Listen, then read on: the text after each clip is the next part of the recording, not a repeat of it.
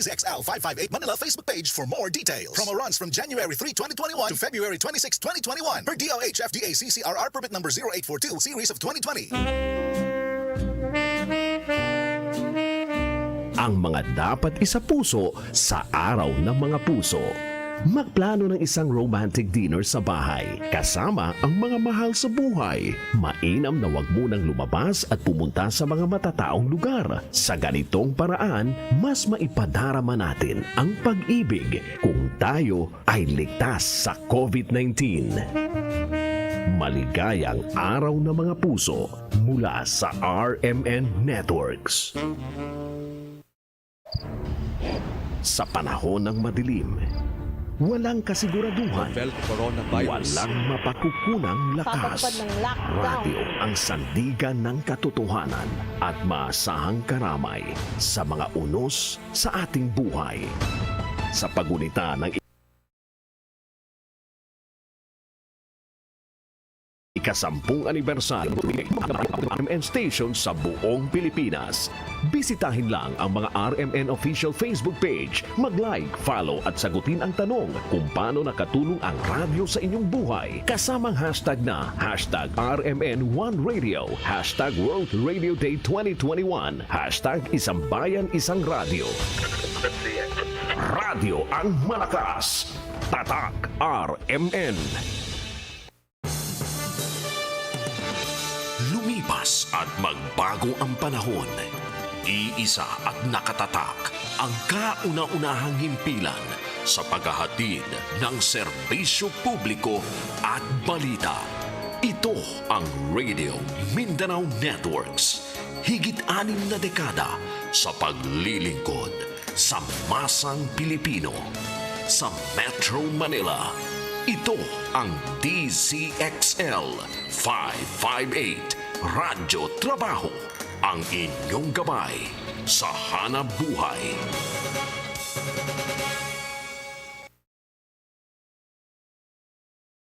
Ang mga susunod na opinyon at komentaryo ng programang Sapagkat Mahal Kita ay sariling paninindigan at saloobin ng program anchor at hindi kumakatawan sa posisyon ng DZXL RMN Manila. Sapagkat Mahal Kita. Mahal Kita. Filipinos in America, kumusta na sila? Ano ang kanilang istorya? Yeah, naririnig kayo, Congresswoman dito sa New York area. Can you hear our audio? Naririnig ko po kayo. Dinggin ng boses, pananaw, saloobin ng mga kababayan natin nasa ibang bansa sa iba't ibang issue sa kanilang pinakamamahal na bayang Pilipinas. Saan kukuha ng ikabubuhay ang mga mahihirap na ito? Sapagkat Mahal Kita, kasama batikang radio broadcaster na si Don Lino mula sa Amerika at co-host na si Lourdes Escaros. Maririnig ng live sa WRMN New York, USA at worldwide sa pamamagitan ng Facebook at sa YouTube. RMN News Nationwide, the sound of the nation. Sapagkat Mahal Kita. Sapagkat Mahal Kita. Tuwing linggo, alas 10 hanggang alas 11 ng umaga. Dito sa Himpilang Extra Large sa komentaryo DZXL 558. I'm coming home to stay. Nilayasan. Dinggin ng boses, pananaw, saloobin ng mga kababayan natin nasa ibang bansa. Sapagkat Mahal Kita. Happy Valentine's Day, mga kasama ngayong araw ho ng linggo. Naku, sakto. Sapagkat Mahal Kita. Valentine's Day, Family Day. Easiest way for us to, alam mo na, ipasyal si mahal. Pero hindi lamang po sa mga mahal ninyo, literal ha, yung mga kapuso. Sapagkat Mahal Kita. Girlfriend, boyfriend, ang dapat ho nating ilabas ngayong Valentine's Day. Nandiyan ho yung inyong mga pamilya, wag ho kayo masyadong humuhubo. Sapagkat Mahal Kita. Ilabas dyan si nanay, si tatay, si ate, si kuya, si chikiting, yung best friend, lahat yan pwede naman. Sapagkat Mahal Kita. So, yung mga kasama, happy Sunday, happy Valentine's Day sa ating mga tagapakinig sa iba't ibang panig ho ng mundo. Samahan niyo po ako hanggang mamayang alas 11 ng tanghali. Ako si Radyoman Lourdes Escaros. Dinggin ng pananaw, saloobin ng mga kababayan natin nasa ibang bansa. Sapagkat Mahal Kita.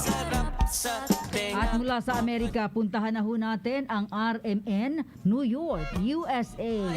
Good morning or good evening dyan. Don Lino Celle mula sa RMN, New York, USA. Mahal kita.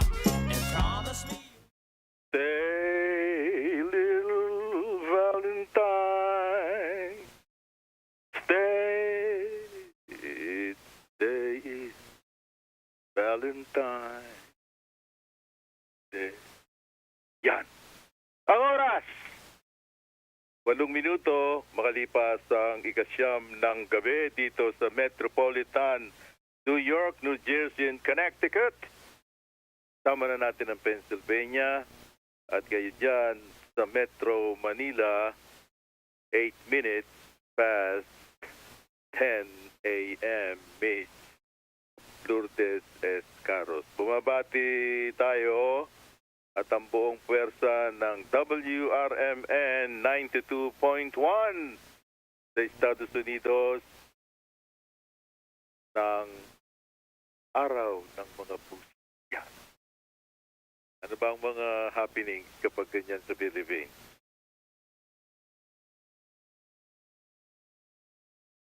Lourdes. Yes, hello, Don Lino.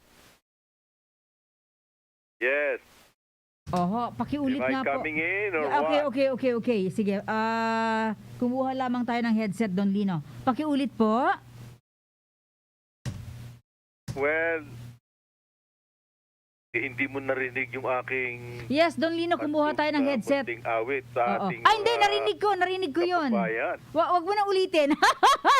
narinig ko ang iyong munting... Oo nga, may nag-text dito eh. Nung nakita ko, ginang ko pala. Sabi, huwag ka nang umawit dyan. You know what I mean?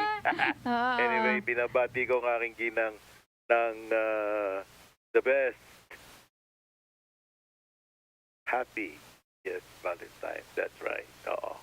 At sa inyo pong lahat, bumabati kaming lahat sa inyo at kasama ko ang buong puwersa rito ng WRMN 92.1. At tanong ko sa iyo, ano mga happenings pa kapag ganyan ang mga okasyon? Araw ng mga puso. Pero may pagkakaiba dahil may pandemic ngayon dito sa Pilipinas. Ang pinaka-common, kumain sa labas. Kasi wala ka naman pwedeng mapagnuuran ng sine. 'Di ba? Dahil wala pa ho kaming sine. Dahil bawal pa. By katapusan ng February or after this 15 pa. But anyway, so maliban sa pagkain sa labas, mamasyal sa mga top tourist spots sa like Tagaytay or yung iba aakyat ng Baguio kasaming family. Yan lang naman yung mga common na ginagawa ng mga Filipino, plus bibili ng tsokolate or cake at ang popular ay ang bulaklak para ibigay sa mga mahal nila sa buhay, girlfriend, boyfriend, or best friend, nanay, tatay, mga malalapit na kaibigan. That's it. Oo. Akala ko sasabihin mo, pati mga kalaguyo eh. Anyway, bagamat ano na yun, Don Lino? Don Lino? bumubulusok na balita dito sa Estados Unidos ng Amerika na kailangang ma-break kagad dito. Nagdidiwang ang mga pamilyang Donald Trump at ang kanyang mga bufete sapagkat, listen to this, na pinakihintay ito sa Bondaigdig. Alas 10 ng umaga kanina, Sabado kami ngayon dito, sapagkat una kayo ng 13 oras dyan, naging para bang masakit sabihin ito sa Tagalog dahil walang interpretation eh. Parang tinagukan ng tipa ng kabayo ang grupo nila Biden, ni Speaker Pelosi, sa isinampa nilang impeachment sapagkat inakwit. I repeat, Donald Trump is acquitted 65 to 43 ang naging kwenta. Okay? Kaya yung sinasabi nilang hindi na siya pwedeng lumaban ng kahit na anong posisyon sapagkat siya ay nag-incite ng rebellion. I mean, noon ko pa sinasabi ito. Ngayon, yung mga nakikipagpalitan sa akin sa Facebook, Messenger and all that, you know, that's what I've been telling you. You know, hindi ko sinasabing napakarunong ko. Pero nung ko pa sinasabi ito, pinaliwanag ko ito ng mahaba. Nung ang nakaupo ay si Rambo Labay. Okay? Na ito mapupunta sa basurahan. Sapagkat wala sa konstitusyon ang ginawa nila na pagsampa ng kasong insurrection. That's a criminal offense. How could the President of the United States makapag-instigate ng ganon? That's what I said, and I think I repeated last week. Correction, binigay sa akin dito ni Miss Cindy Gonzalez, 57 acquit. 43 lang ang nagsabing guilty. Yung guilty na yung mga Democrat yun, yung mga Judas. Yun ang napala nila. Nagdididi pa sila, they spent $500 million ang total para lang nila matanggal sa posisyon si Trump. At nung hindi na nila matanggal, yun, siningitan na Smartmatic. Ngayon, ano nangyari? Lahat ng matitino ngayon dito ng mga pahayagan, Sunday bukas, headline yan, Trump, acquitted. Doon, sa Facebook, nandun, Lino, Celle, pumunta kayo.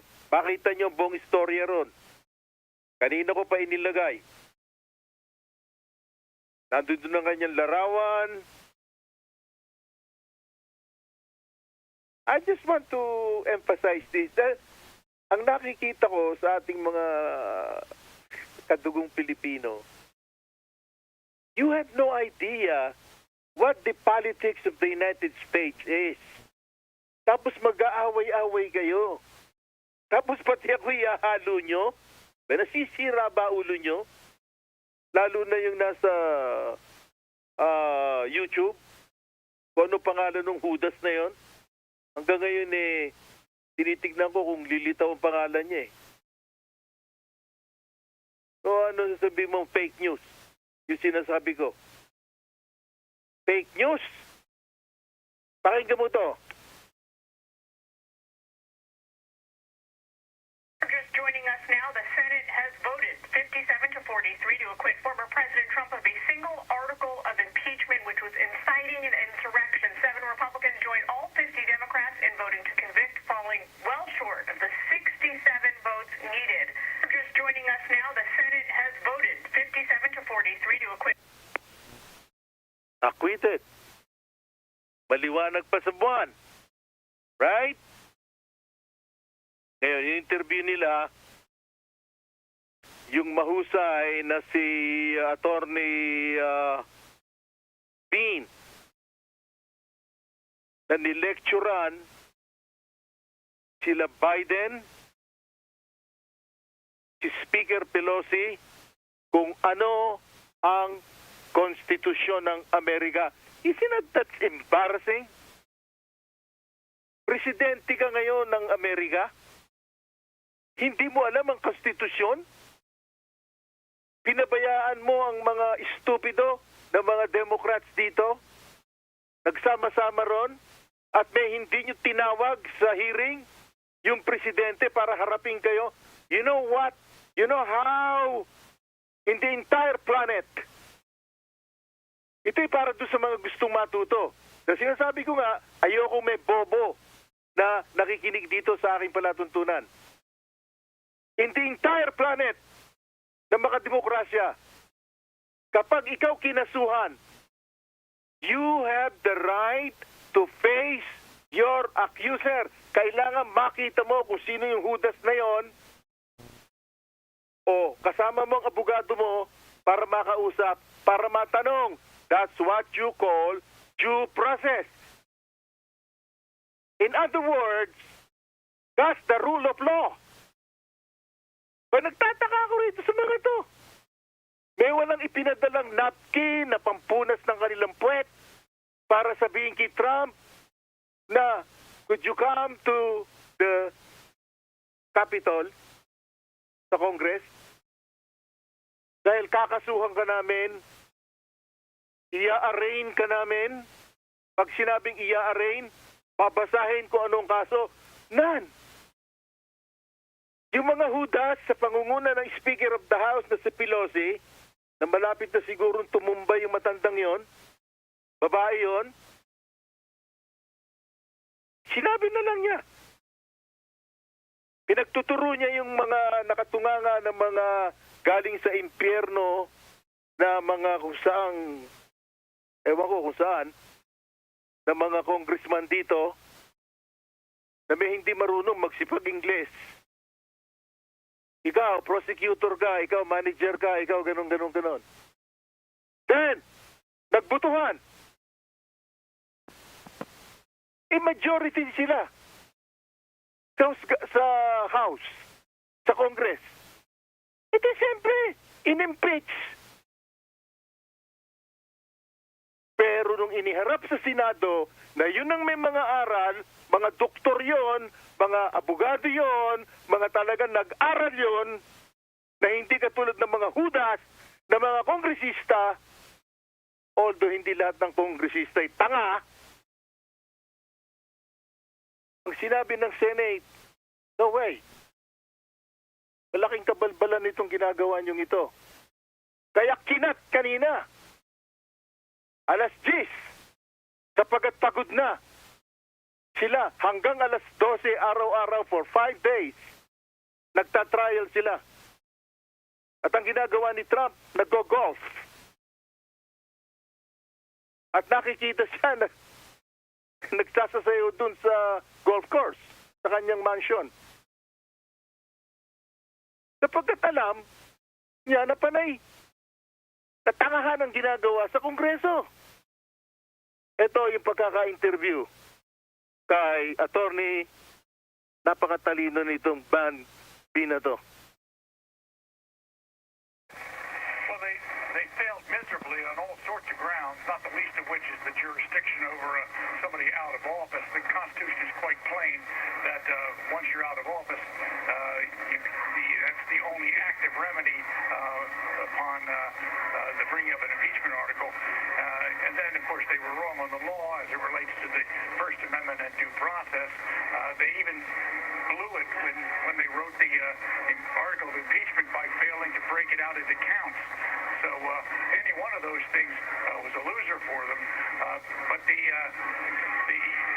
sort of the thing that I think really sunk their ship is they not only manufactured evidence and passed it off as true, but also selectively cut and recut the president's statements such that they were out of context. And when you put them all in the right context, and when you found the correct pieces of evidence, it showed deceptiveness and deceit on their part. Maririnig nyo rito sa bahagi na aking paliliparin na siya ay pinagtangkaan, pati ang kanyang ginang, pati ang kanyang mga anak. Ganong kawalang hiya at salbahe itong mga Democrats na ito. Mga hampas lupa ito, kumbaga sa wikang Tagalog. Like what I said, there's always an exception. But it's the general rule in the U.S. Congress now. Dahil kung sino-sinong hudas ang pinapapasok dito sa Amerika. At lahat mayroong karapatan na lumaban kahit na walang aral. Yun ang patakaran nitong bagong administrasyon na ito.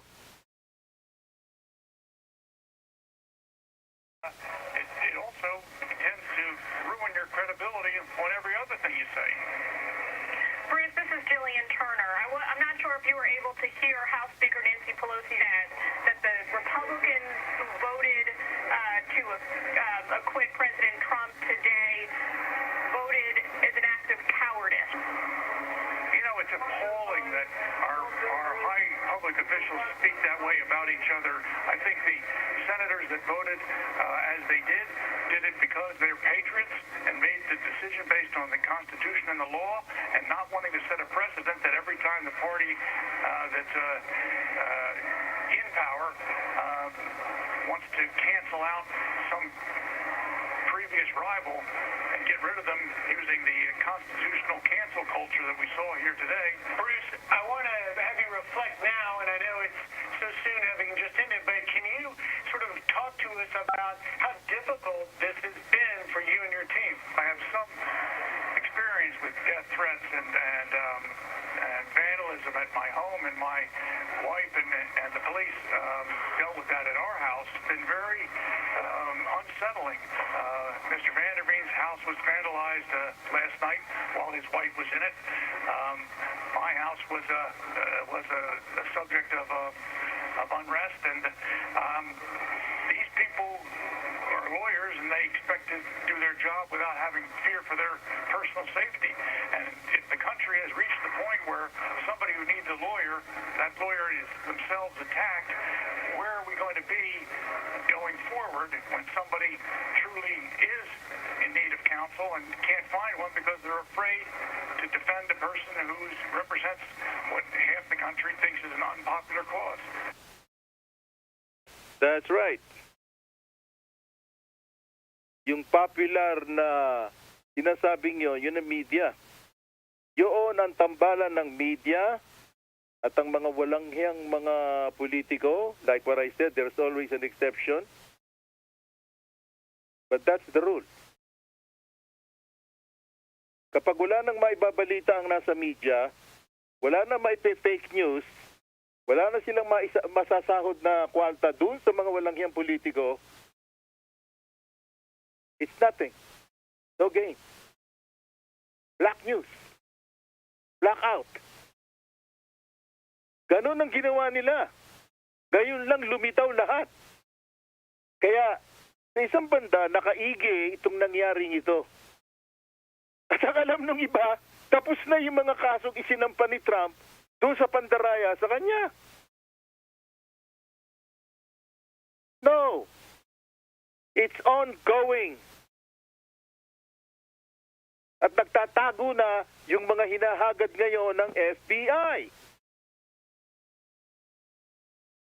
At malamang-lamang, maraming masasampahan ng kaso sa mga Democrats na kasama sa pandaraya sa ginawang eleksyon. Go right ahead. Yung mga ang akala mo dito sila naninirahan sa Amerika, nagbabasa ng mga pamunas ng kung ano, dyan sa Philippines, makikipagtalo. Isa pa, para yung mga disente na nakikinig dito sa programang Sapagkat Mahal Kita Pilipinas, alam nila ang mga tunay na nangyayari. At hindi sa bunganga ko nang gagaling. Kaya lang nauuna ako dahil ina-analyze ko muna bago ko sasabihin. Governor Como, gobernador na estupido ng New York. Bakit ko rin tinatawag na Bitoy, Carleone, si Governor Como? Wala raw akong galang. Of course I don't respect the son of a bitch. Pinatay niya ilang libo na mga nasa nursing home. Ngayon, haharap siya ng criminal case. Pakinggan niyo si Representative Reid.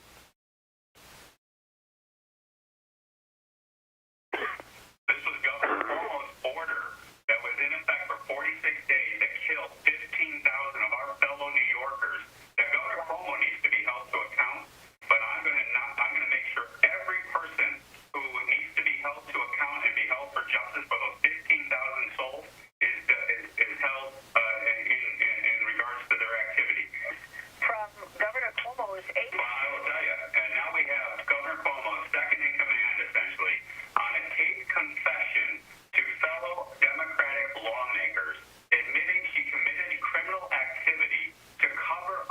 for what they were hiding from the federal officials that were responsible to get to the bottom of this and make sure that skilled nursing homes and nursing homes themselves, that we learned what happened with the COVID-19 positive order that sent 15,000 people to their death that Cuomo issued back in March. This obviously cannot go unaccounted for. And that's why we were arguing this in the committee yesterday when we were demanding that transparency and accountability be part of this COVID-19 package. But most importantly, the days of Cuomo are going to be numbered in Albany here. But most importantly, we need to start with this second in command. I'm going to be looking at filing a personal criminal complaint against this individual today in local law enforcement offices as well as federal offices. But she needs to be arrested today. Ayun, dinampot na. Yung pinaka second in command ni Como. Sino ang nag-utos sa kanya? Ngayon sumigaw kanina. Babae yon, napakagandang babae nun. Matalino yon, abogada yon. Sinabi raw sa kanya ni Como na huwag mong sabihin na yun ang figura ng mga namatay sa COVID. Yung mga nurses doon, maraming Pilipina na nando doon. Nakikinig na yun. Yung iba, nag-text sa akin. Sinabi, salamat po, Don Lino. Ngayon, na-expose na ang aming mga pagdurusa dito sa New York.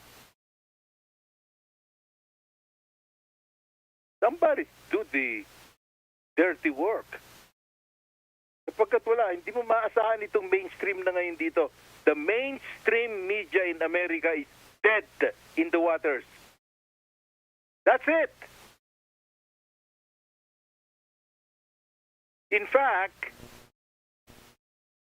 merong na-disappoint dito na binanatan sila sa Wall Street Journal na nais kung hindi ko ito na-play, may nagre-request sa akin, gusto raw nilang marinig yung isa sa Maria Bartiromo Roundtable, si Miss McDowell. Listen to this about the media in America. What all Americans can do right now, and what I certainly find disturbing, having worked in the media as a journalist my entire professional career, are the calls and actions taken by the very largest technology companies, calls and actions by people who used to work in tech and by other journalists for censorship. The censoring of a story that was unflattering to the Biden campaign about his son Hunter, that really started it. But again, the coordinated action by three large technology monopolies, Amazon, Google, and Apple, because CNN wants to be a monopoly. I think everybody needs to unite and stand up against that because, again, it is patently un-American. Patently un-American. That's right. Di naman ang hudas. Ayaw pa kayo naman ditong administrasyong ito. At ang sinasabi, which I think noble naman, meaning na makatao yung gustong mangyari ni Biden na ayaw niyang makialam doon sa investigasyon sa kanyang anak. Na billions and billions of dollars ang kailangang ipaliwanag sa FBI. Pero pinagtatakpan kasi ng malalaking big tech company. Twitter, Facebook, Amazon, Apple. At doon nakaangkla ang mga mainstream media. Lagi ko po sinasabi, dito, isa lang ang binabasa ng mga tao na ngayon dito. Sa Facebook, sa Twitter, at sa lahat ng social medium ng mga platforms. At yung circulation nila na tawak dito sa Amerika, the New York Post. Doon talagang kahit na sinong, Herodes ka, ilalagay ka nila ron sa kanilang pahayagan, front page. Hindi magtatagal ito eh. Itong ginagawa nito nila Zuckerberg ng Facebook. At saka yung sa Twitter. It will end. Again, another prediction ko yan. Why?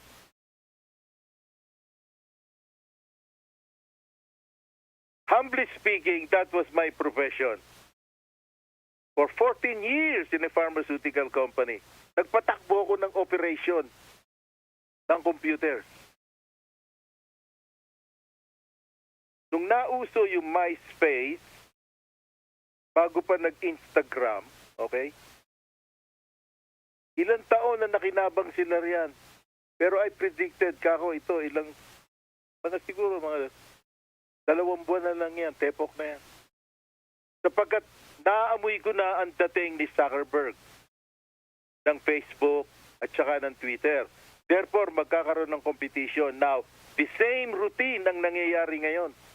Umaabuso sila, ang mga tao nagagalit sa kanila, hindi na sila pinupuntahan. Naghahanap na ng talagang makukunan ng tunay na balita. Sa wikang Tagalog, balita. That's right.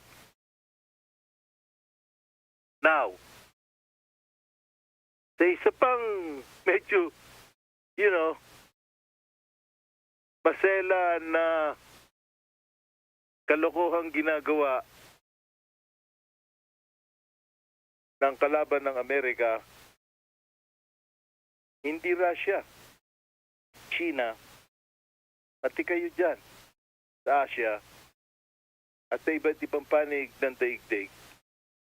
Hindi nyo ba alam na ang inyong mga data na inilalagay, yung inyong mga personal, mga birthdays nyo, telephone numbers nyo,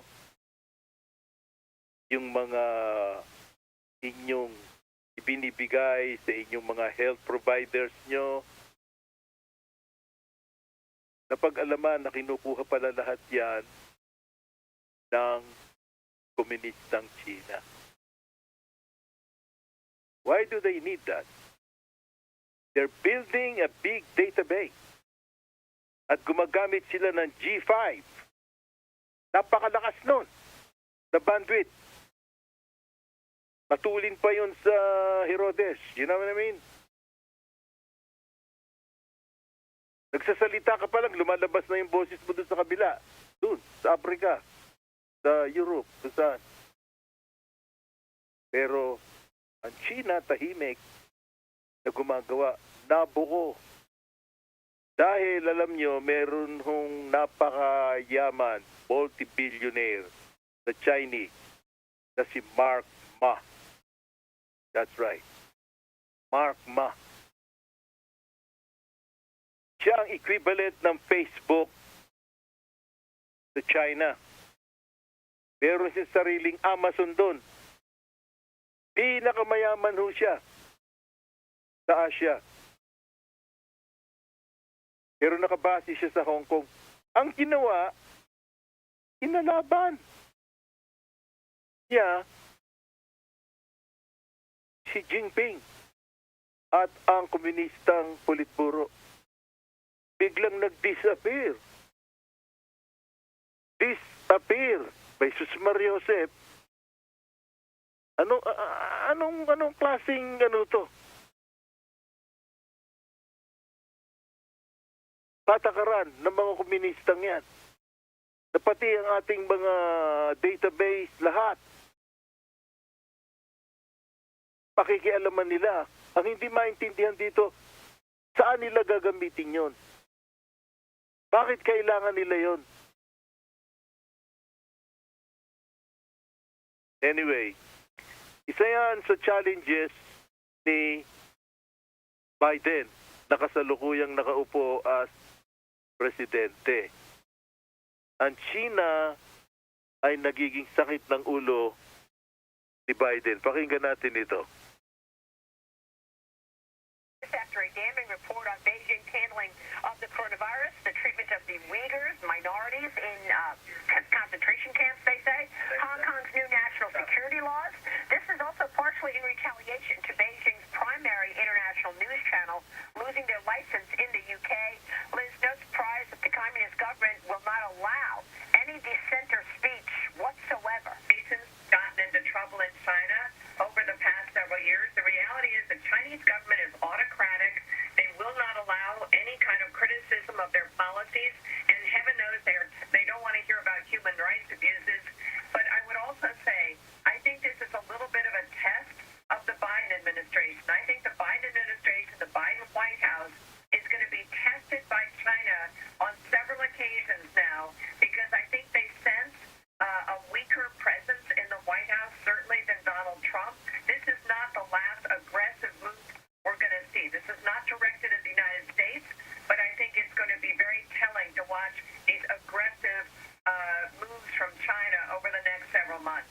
Yeah, and we've already seen a lot of tests here for the Biden administration. I agree with you. I mean, just the fact that Jack Ma was disappeared after he made critical comments about the financial regulatory framework or the push into Hong Kong. I think it's going to be very hard for Joe Biden to not stand up to China. I also think it's going to be very difficult for him to stand up to China, because one of the reasons that big business, the Chamber of Commerce crowd, backed the Biden presidency is they want to get rid of all the tensions between China and the United States, tensions that came out of trade, the efforts to get a trade deal that was more fair to American workers. And I think we're just going to have a real tension here as the Biden administration tries to walk that fine line between basically not confronting China and making sure American businesses still want to do business there and are able to do so.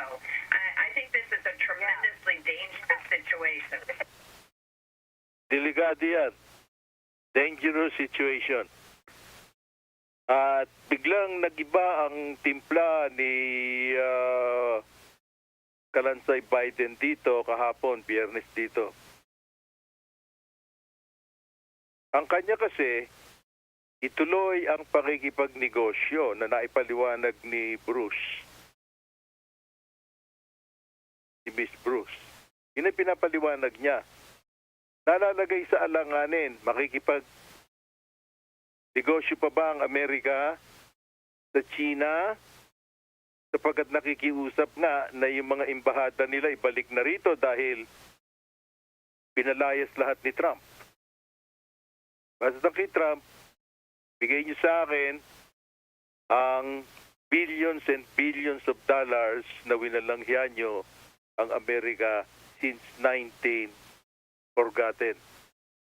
Kaya sila bayad ng bayad. Ngayon,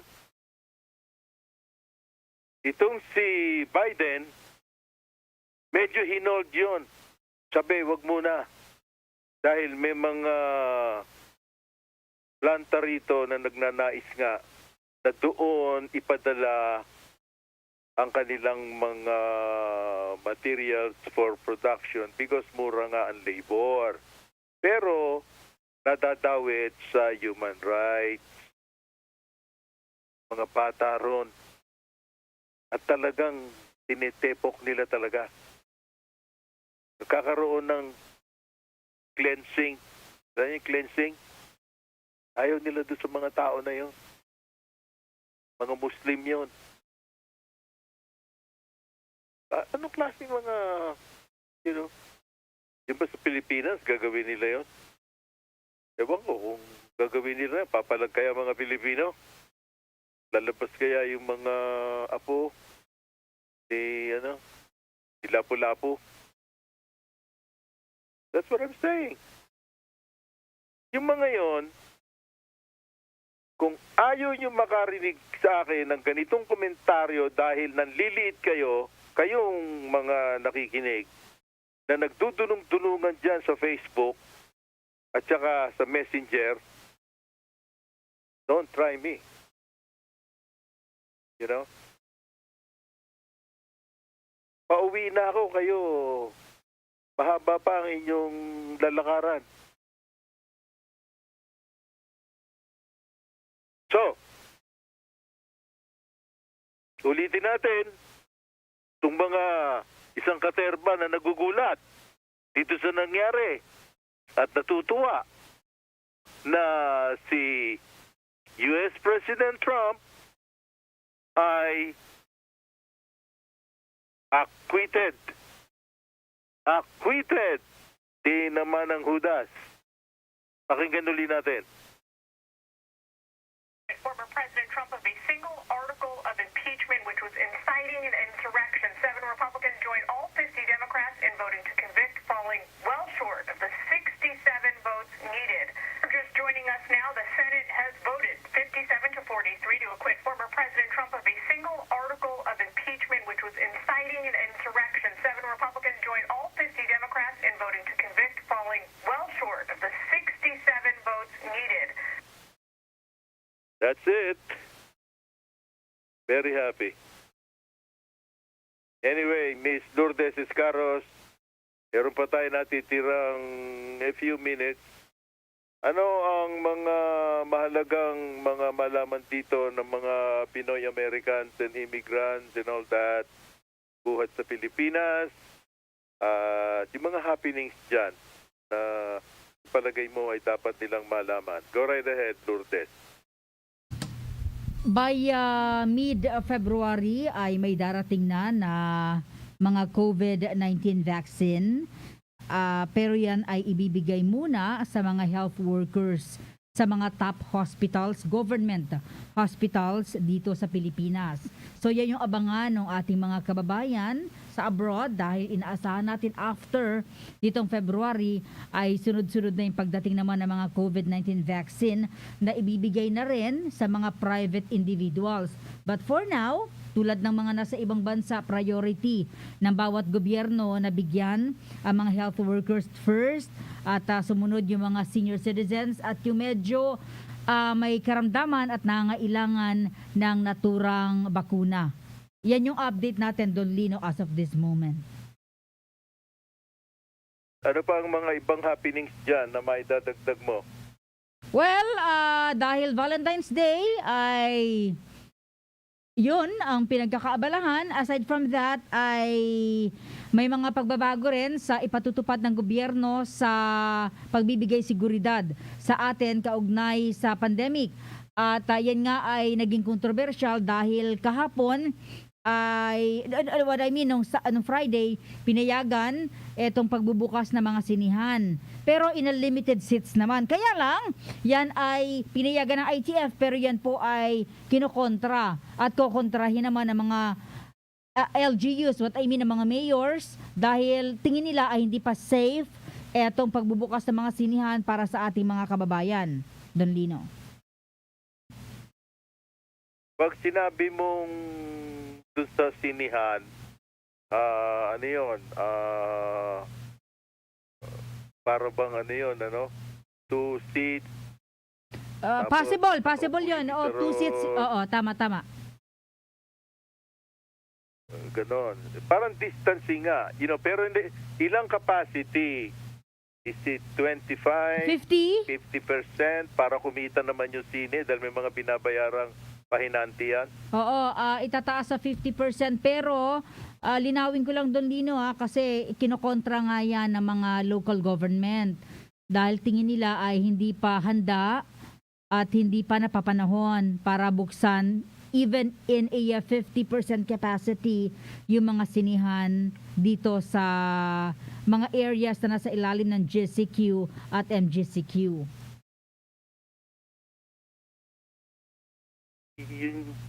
Yun ang mahigpit, ano, ay sinasabi mong yun, ano. Yun ang, pag sinabi mong GCQ na yun, yun ang lockdown talaga. Correct? Yes. Siya yung, dati kasi ay isinailalim like kami sa Metro Manila sa ECQ, yung total 101% lockdown. Then sumunod dyan etong GCQ. So medyo mahigpit. Pero para sa akin, almost the same. Though, pinapayagan naman in a 20 to 30% capacity. So, iniaakyat yan sa 50% ngayon. Pero ganun pa rin yung napapansin natin. Talagang sa mga transportasyon, sa mga malls, talagang kukonti ang tao, kukonti pa rin yung mga lumalabas doon, Lino. Yeah, Lourdes, bakit meron ako nakitang larawan na nakuha ko sa isa niyong pahayagan dyan?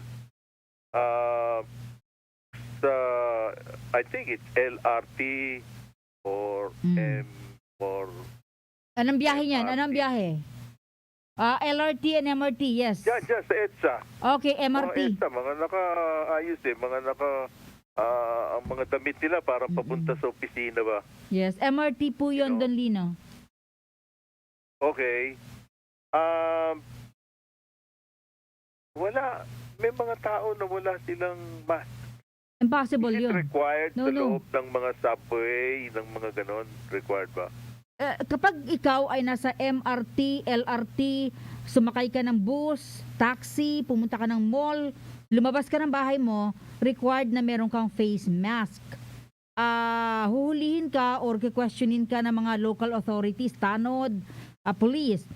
Pero pag ikay sumakay na dito sa sinasabi mo sa MRT, required na may face mask ka at face shield.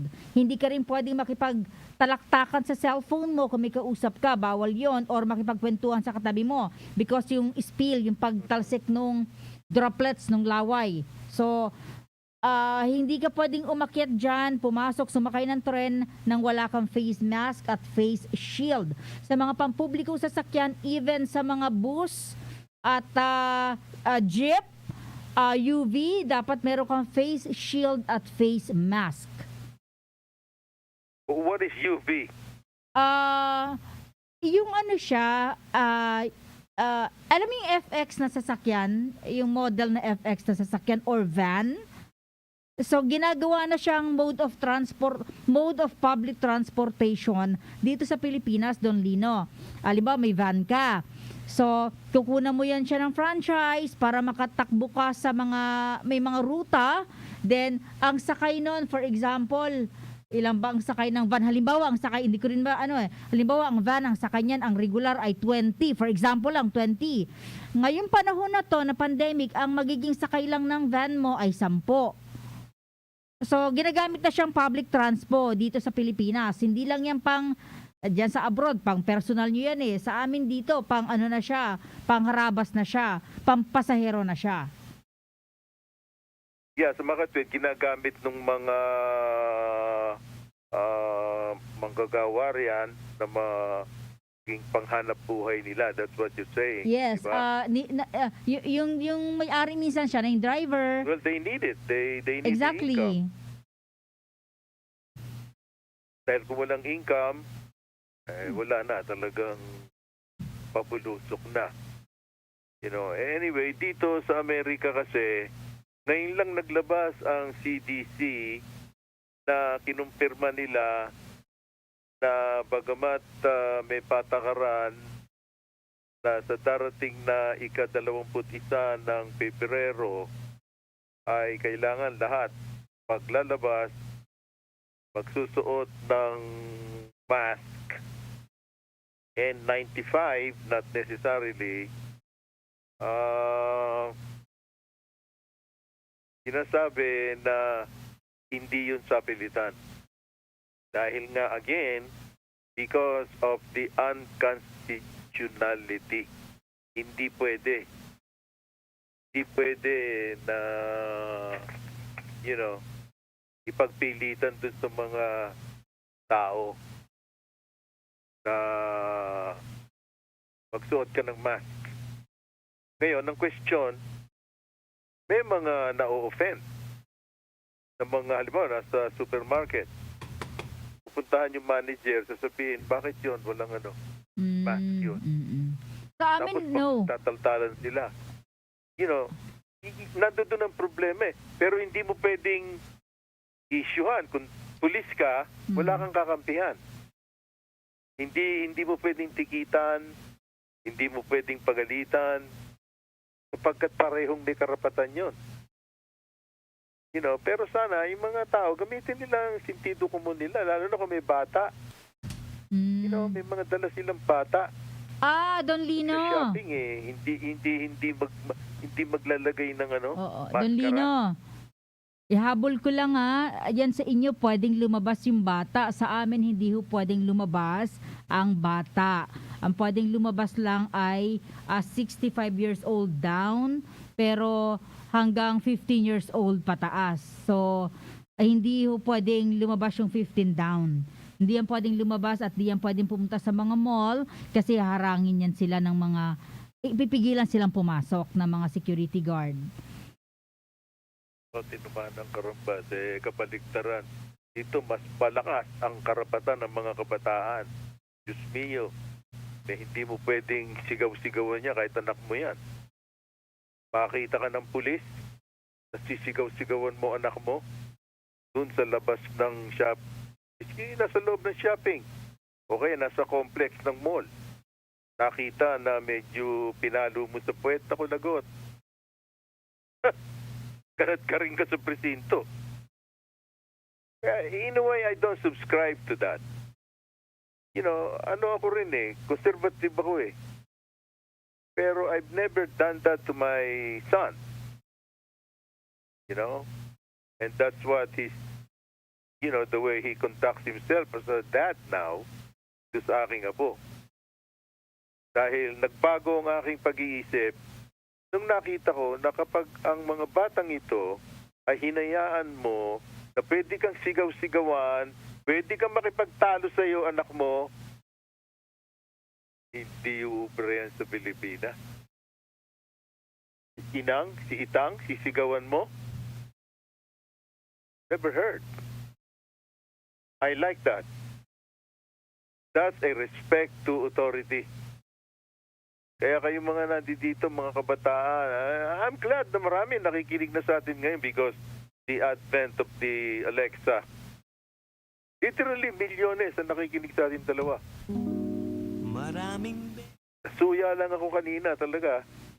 Kinamantala ko para maibulastas ko yung kinikimkim kong puot dahil dun sa mga parabang akala mo dito sila naninirahan at mas marunong pa sila sa mga naka-residensya rito sa Amerika.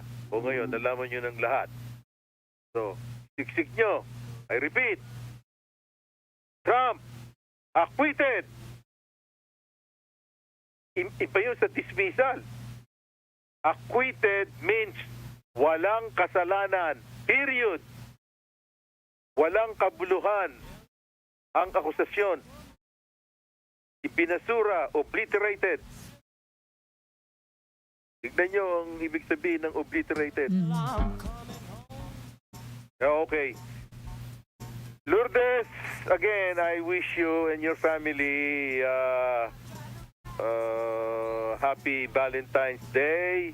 At magsiya kayo. At sa inyo pong lahat ay magsama-sama, tanghalian, maghapunan. I think that's the essence of Valentino Day. That's right. Thank you. Go right ahead. We'll see you next week. Lourdes Escaros. Maraming salamat, Go right ahead. Amerika, sa ating mga tagapakinig sa iba't ibang panig ng mundo sa RMN New York, USA. Happy Valentine's Day. Tawagan nyo naman po yung inyong mga mahal sa buhay. Pero alam nyo, ako, magiging prangka ako Kasi, di ba kuya, pag tinawagan, dapat daw may cash. Di ba? Gaya mga may mga kaanak sa abroad Pero pag walang cash, tanggapin nyo naman yung tawag. Just to say, Happy Valentine's Day. Sa ating mga kababayan sa abroad, thank you.